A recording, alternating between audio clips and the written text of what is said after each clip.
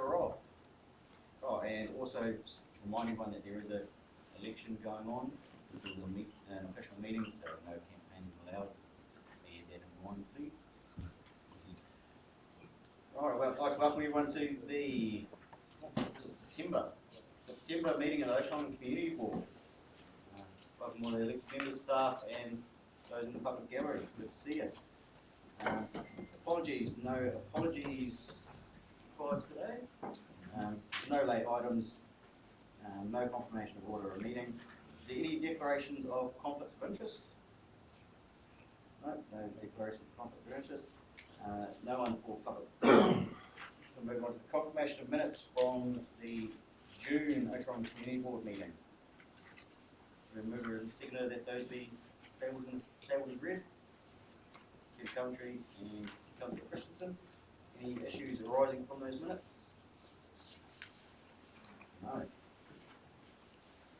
Chairperson's verbal report.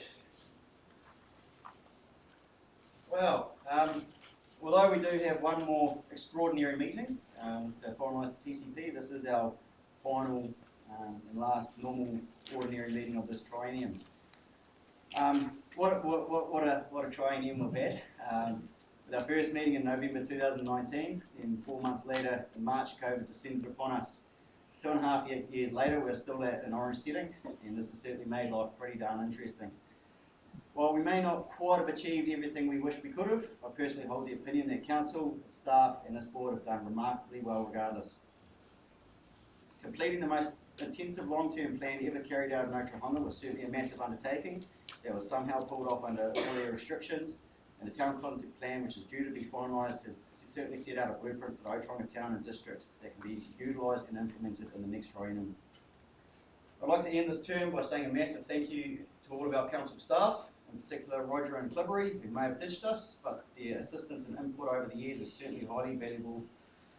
Thank you to Mark and Jared, who have always worked very closely with the board, assisting and enabling us to get things done, and certainly supported us through all the projects and whatnot that we wanted to get done. Thanks for Tash for putting up with my fidgeting and pen clicking, and Ross for his enormous effort on the town concept plan. It's been a monster, and we really appreciate it. Thank you to the new staff who have slotted into the team seamlessly, in particular Kaya and Nadia, who have really streamlined both the governance and community communication roles. Massive thanks to the Waikato Regional Council, in particular Kerry and James, for their input and assistance on the Te Ara Waiwaia project.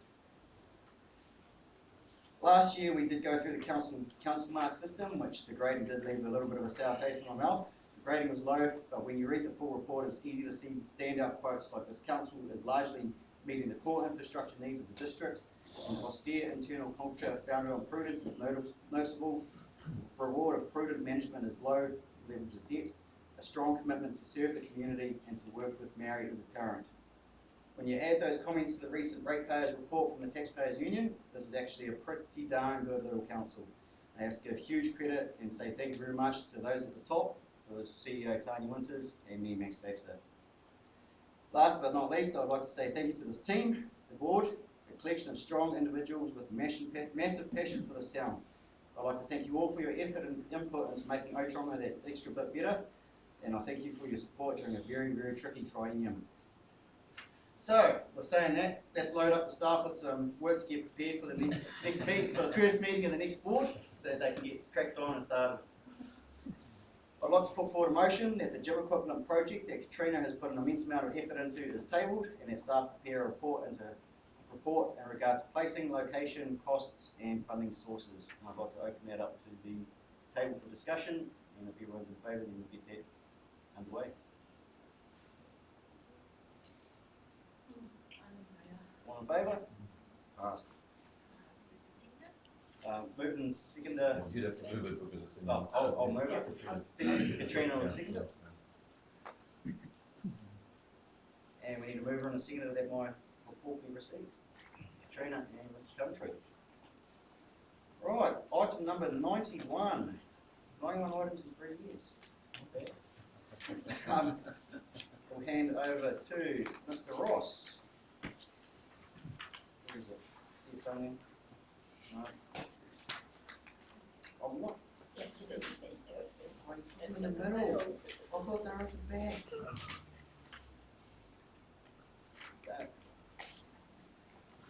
Item 91, Ōtorohanga Town Concept Plan. And we'll hand over to Chief Advisor, which I assume Ross. Yes, thank you. Kia ora, thank you, Mr. Chair. Kia ora, board members. Thank you, Mr. Chair, for those kind words earlier. It's certainly been a fantastic project to be part of, and I am but one person in terms of the team of both staff and consultants that have come together and worked with our community partners and stakeholders in the community to get ourselves to this point. I'd say it hasn't been without its issues and challenges, and to be honest, I wouldn't expect any different. I mean, a project of this scale and scope is going to gain the attention, hopefully, of many in the community as their ideas and aspirations come together through a process. We're going to see, you know, different points of view, different ideas, different ways of doing things, and in that, not only support but also concern from some people. And I think that brings me to where we currently are in terms of the process. So you'll appreciate that Council signed off on the draft back in mid-July. We started the community consultation engagement process, and during the course of that process we were invited to convene a hui for mana whenua, and that was always part of the program. The timing of that was later than we had anticipated, but be that as it may, that hui took place, and there was certainly some concern expressed by members who attended that hui about how some of the information, particularly the growth-related information in the Town Concept Plan draft, was presented. And I think, from my point of view, that concern reflected probably a learning for us that we hadn't perhaps been as clear in the document initially around the status of the Town Concept Plan being the start of potentially a series of different stages and processes, and in its own right, the Town Concept Plan doesn't have any statutory status or power. It's simply a way of bringing together a whole lot of different sort of ideas and opportunities and issues, exploring options, and then setting out a bit of a roadmap as to how those things might be addressed, with the idea that when you look out 25 or 30 years, which is what this project intends to do, no one expects, least of all me, that if we come back in 25 or 30 years time and look at what's in the plan once it's adopted by council next month, hopefully, that everything in it has happened, because that wouldn't be reality. So I guess part of this project is understanding that it needs to be a living document, and we need to revisit it on a periodic basis, probably every 5 or 6 years, maybe tied into cycles of the long-term plan process, so we can pick up things that have happened, things that have changed, or opportunities that have arisen since then. So I guess that's the first thing, is around the clarity. We deal with the language of growth and development on a day-to-day basis, but for us to assume that everyone speaks or understands our language was probably a small shortcoming, I think, in the overall project. So clarity in the document is probably the thing that we will certainly look to improve before we get to the stage of adopting, or council gets to the stage of adopting it. One thing that we are currently working on is a summary Town Concept Plan. So the full document will stand alone. So the idea is all of the analysis, all of the research, all of the assessment, all of the work that the Community Advisory Group and the other partner groups and organisations and the general public have fed into the process is captured there. So no one needs to go anywhere else for that information.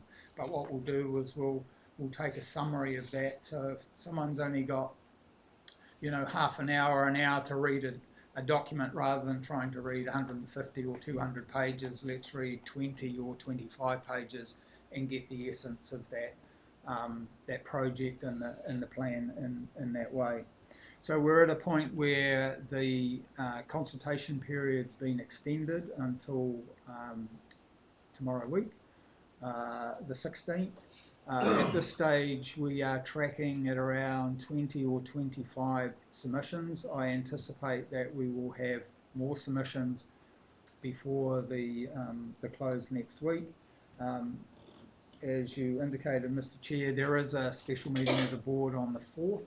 Prior to that, on the 27th, the board, the council, and representatives of Nihi Nui RMC will come together in a joint meeting to do three things. The first is to hear from those submitters who want to speak in support of their submission.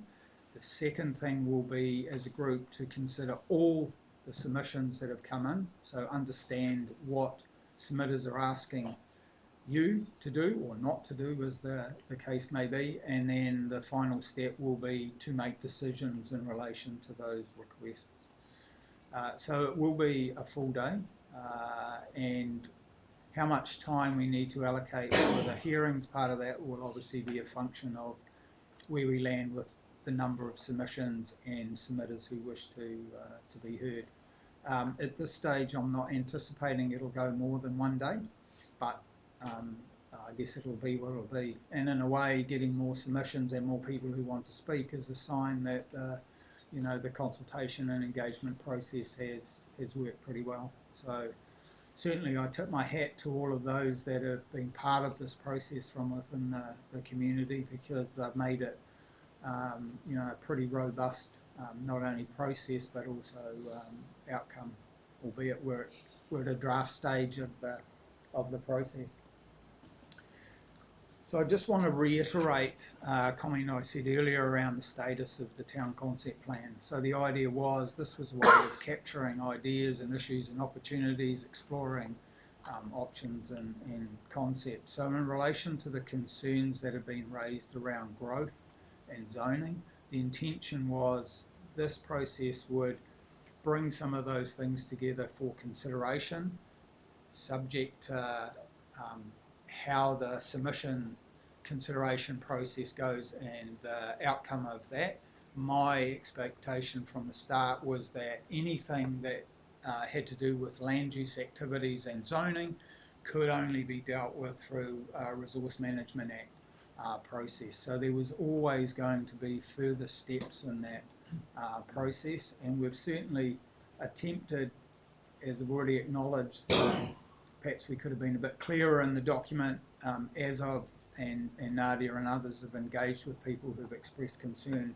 We've hopefully gone to some lengths to make that clearer. So for those who thought that as soon as the plan was adopted at whatever date that everything in it would suddenly come to pass, that couldn't be further from reality. But that's no disrespect to those people. That must be on me and us in terms of the clarity that was missing from that part of the plan. So that will also be some work that we will be doing before an amended version of that, with any changes that the hearings and consideration process might recommend comes back through the board and council for consideration and adoption.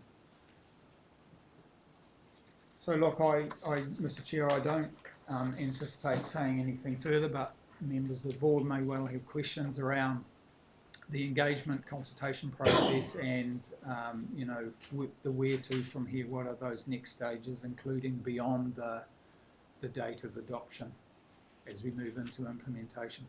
Happy to answer those if there are any. Open up to the floor.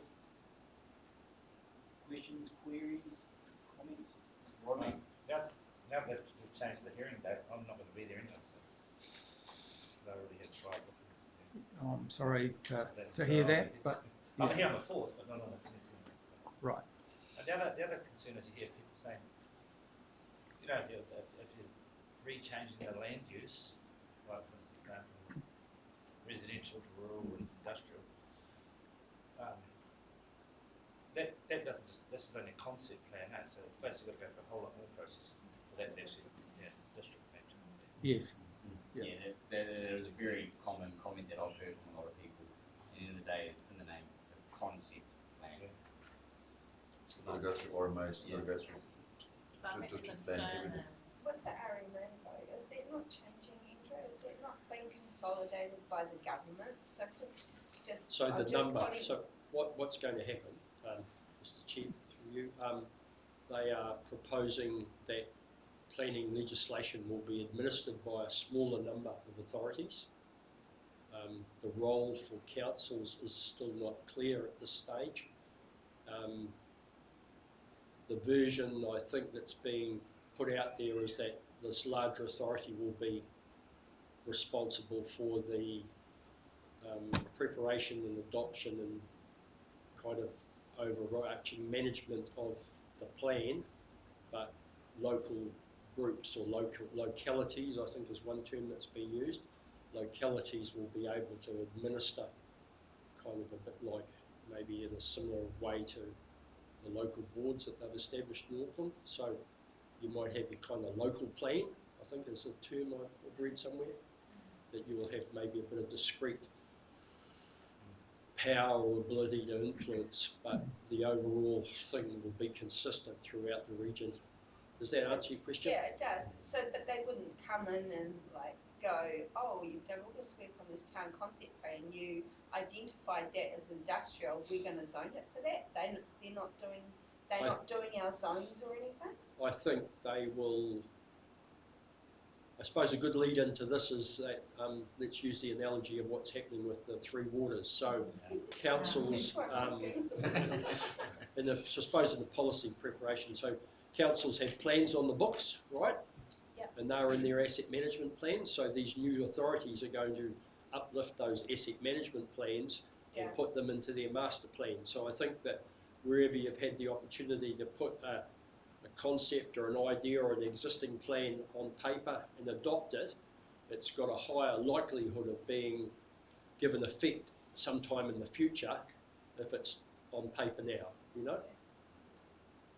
Is that the answer? But if I can add, Mr Chair, there is still a process to go through before that happens. Oh, yeah, no, I realise that, like here, It's not going to be willy-nilly changing yeah, of land use. but like, what I'm meaning is like if it got adopted exactly like it is now, then yeah, in the future it could be a government little blueprint. But we're not, we're going through submissions and stuff, so, and it's not. So I think at best, through Mr Chair, you can consider this as a starting point for a future process rather than an end point in itself. So, and not everything in the town concept plan, once it's adopted, needs to wait for another process either. Some do, so some are RMA planning related, some are Reserve Management Plan related, others might need to have some work and go through another long-term plan process. Other things can just happen. So it really depends on the nature of the action. The RMA is why I asked, because I know that the government's doing something there, and I know what they've done for Three Waters.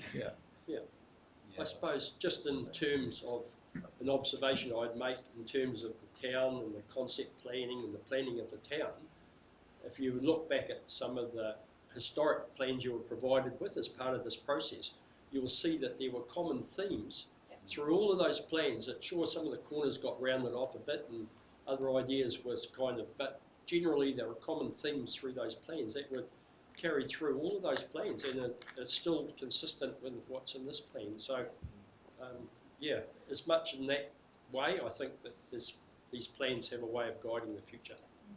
I think that's what some of the concern was what's in the town concept plan is going to be what feeds into any district plan updates. I think the contentious part's going to be the change of the land use. The things like, say, if you're going to build a wider footpath, everyone's going to drive happy on it, or a rail crossing or something like that. That's not going to be that contentious apart from money. The amount of money rates are going to be higher, but the actual contentious thing is going to be someone's private land that you're going to change it to something else. It's always going to be an issue to work through. Some people value land as a commodity you buy and sell. Some people value it as where they belong, you know. So Yeah. so that's going to be a massive. And I think at the risk of kind of labouring this point, there's that the next step is one where there is a lot more assessment, a lot more analysis, and a lot more engagement and involvement of landowners and property owners. So this was a starting point, putting a flag up a pole saying, hey people, what do you think about this?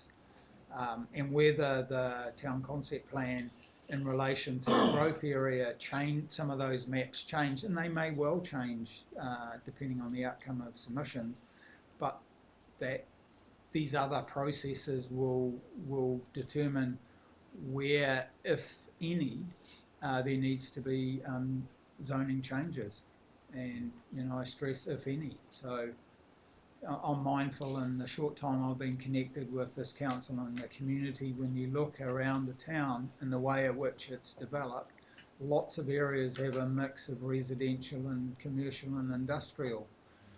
So I think the town, and the town concept plan assessment or analysis has picked up on that and saying, well, we've got this growth coming, some of it's going to be residential, some of it's obviously going to be business, and some of that's potentially industrial. Where are the best places for that to happen? So so my key points that I've pulled out of there, Roscoe, how many submissions did you say that we've had? I think we're sitting at about 20 to 25. I'll need to double check, because we've got the online option as well as the in-person. How many submissions were for the long-term plan? I think we were about 70 or something like that from That's yeah.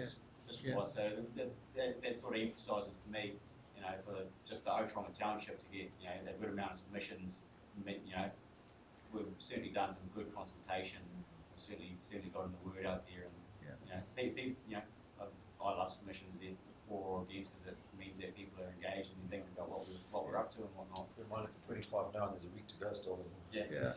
I think too the other measure is the number of people and organisations that have contributed to the process along the way. So it's not just the submissions at the end, because I think some people, and certainly folks, have said to me that what they've raised during the course of the process they can see reflected in the draft. So I think that in itself is a measure of success, that we've gone out, as you've said, and we've listened to people and picked up on the ideas and the opportunities. Thank you very much. If there's nothing else from anyone. Thank you very much. Do we have a mover and a seconder that report be? We have got a decision. Staff recommendation that the Ōtorohanga Community Board receive the report, confirmed that a joint meeting of the Ōtorohanga Community Board and Ōtorohanga District Council, including the Niki RMC Ōtorohanga Town Concept Plans Project Group, be held on 27th September 2022 for the purpose of hearing, considering and determining submissions lodged in respect of the Town Concept Plan, the draft Town Concept Plan, and confirm that an extraordinary meeting of the Ōtorohanga Community Board be held on Tuesday, 4th of October 2022, commencing at 4 p.m. for the purpose of considering the amended draft Ōtorohanga Town Concept Plan and recommending its adoption to the Ōtorohanga District Council, subject to any further amendments. Anyone happy with that? So we have moved in the seconder. I'll move it. Katrina will second it. I haven't moved it much this time, so I'll move that one. All in favour? Aye. Those against? Right. And we'll hook into board member updates. Mr. Coventry. Just three things, I guess. Number one, just FYI, never mind. For all of your interest, many of you know, but just a community meeting on the 26th of September regarding the youth programs in this, youth programs in this town. So everybody welcome to come along to that. Sorry, what was that? What week? 26th of September at the Harbour Centre. What time? 5:15. Tea, coffee, juice, water and nibbles are available. no alcohol because it is actually a church building, so sorry about that. And yeah, the local MP will be there, and the staff are going to be mostly presenting just what they've been able to achieve and accomplish during the last 2 years under pandemic circumstances, so that's pretty cool. So yeah, everybody welcome and bring along, put the invite out wide if you'd like So to come on. is that youth, like what's happening in town, like what you guys have been What- having, what- or are you wanting other groups that are doing No, stuff? that's predominantly reporting back what our staff has Okay, been doing. okay. Elle will be there, and we'll no doubt we'll give her we've got to be very conscious of time. No, that's It's okay. that time, but Elle will. I had a good chat with her yesterday. I think it was yesterday. So I hope she would have a few. Lindsay from the college will be saying a few words as well. So it should be a fairly overarching, all-encompassing as to what as to how things are going in that space.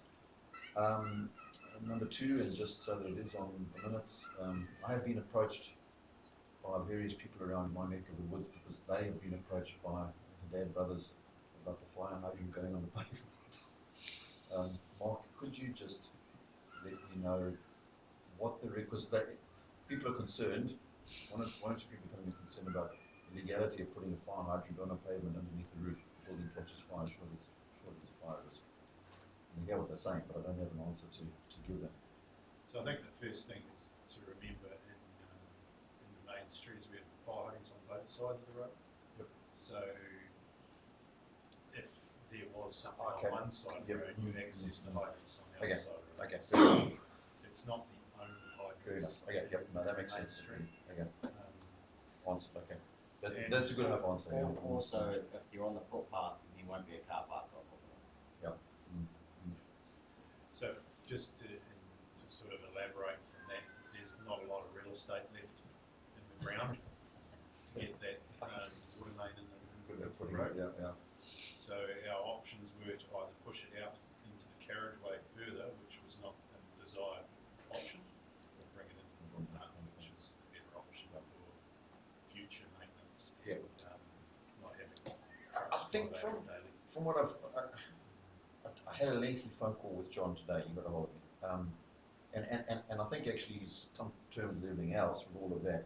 It's just that he's saying surely from a safety point of view, but of course there's one on the other side of the road. He's on the other side of the road. Very simple. Okay, all good. So those are the two things I've got, and then thirdly, just to say thank you, as has Neville, to all of our staff. Thanks, guys. It has not been an easy 3 years for us, and so we can only imagine what you've all been through. But thank you very much, and please extend those who aren't here. Really appreciate all that you've done for us, and to the team. It hasn't been easy for any of us, but thank you all. It has been a good time, despite all the challenges. Thanks, guys. That's it. Cheers, Pete. Miss Katrina. I just thought I saw on Facebook the other day about Te Awamutu's food forest. So I actually had a really good conversation with Megan, that is the driver behind that. So yeah, it's something that we could look at in the future maybe for our town if we work together. We've obviously just passed the gym thing for council thing too. People really happy with it. Just extra stuff. I went to a Kiwiana meeting the other night, which was really cool, and talked about, like, one thing that came up is the marketing of Kiwiana. So hopefully we can get some youth involved. It's going to dress up as a baked bean and go to. I'm going to find people to Come along to the youth meeting on 26th of the weekend.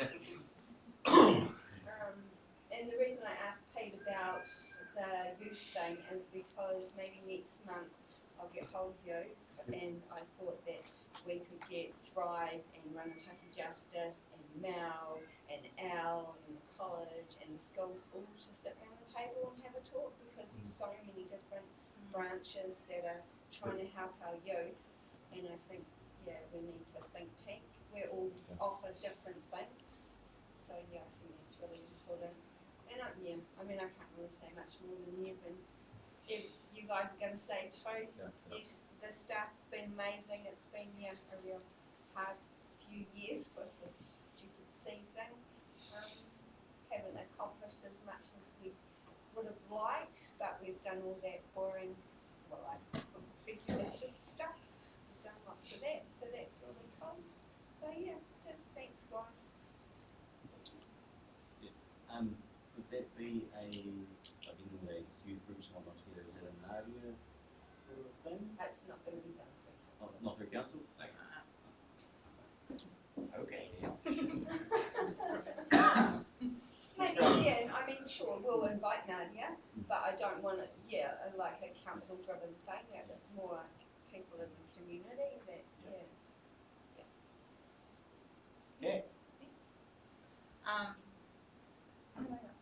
Yesterday I went to the eyesight cluster, so it was really encouraging listening to what was happening with the development board on that side and the restructure that they've had, but also hearing about tourism that's coming back into town for Ōtorohanga and Waitomo district, and listening to Waitangi Waikato tourism, some of their ideas that they've got to bring some new people in, and to get this ambassador program up and running, which is really encouraging. What else? Yeah, I had down that we had the Kiwiana meeting on Monday, which was really good, just doing a reset. Over the last 2 to 3 years we've been pretty quiet in that area, so doing a reset, doing a refresh, and looking at what we can do next. The same sort of thing with Pete. The youth thing has come up a couple of times, especially over the last 3 to 4 months, just trying to get kids back into school. That's a real struggle. So That's what our mentors are facing every day. Spending as much time picking kids up at home and bringing them into school as they are actually at one in school. stage I had a few that were, So that would be really good to start having that conversation, especially like the 15, 16-year-olds that are on that border. How can we get them back in? Working with the college, itself, Rangatahi Justice has been really good. For me, thank you guys, staff who I've worked with. It's very different on this side of the table. And the team here, thank you for being patient with me. It's been really supportive over the last 3 years. Mr. Rodney. My turn. Well, I've been somehow I got myself on a regional connections committee, hearing things. So I've been in Hamilton quite a bit through that course. Originally from the regional transport committee council. Now I got into the regional, so it's basically public transport. So it looks like they are going to do some public transport to the rural areas. That's in the plan, or they haven't advertised. I sucker for these plans. I'm old for them. Anyway, it's still a bit interesting, I suppose. But yeah, so there is, it's a lot about Hamilton buses and that public transport, but there's also now a lot more in the plan to do to the rural, so facing some sort of bus service, some sort of service from towns like ours.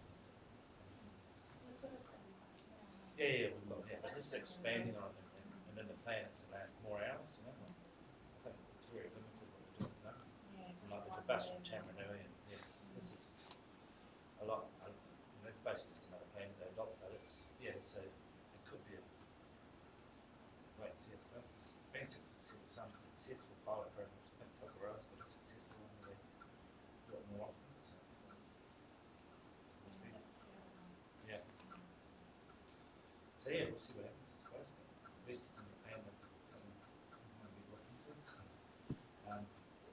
Apart from that, just other council meetings. I've been to a couple of better off funding meetings. They look to be quite positive, so hopefully something will come out of that. The other thing was, when do we get our footpath? You just cut. We're running out of footpath. Do they have an annual time they do that? Yeah, it's scheduled. I wouldn't know what the answer at the moment. I can definitely look that up. Find out for you. And otherwise, thank you to everyone. Thanks. I've only been 2 years. Short sentence. I'll see you all again next. So you will. I'll be around anyway. You'll see everybody else, whether it's us Oh, no, I or won't be others, I community think. board, I won't be community board, I'll be somewhere else. Yeah. Yeah. Yeah, not going to be with me, sorry. But yeah, thanks. All this. Awesome. Thank you very much, guys. With that, we'll clear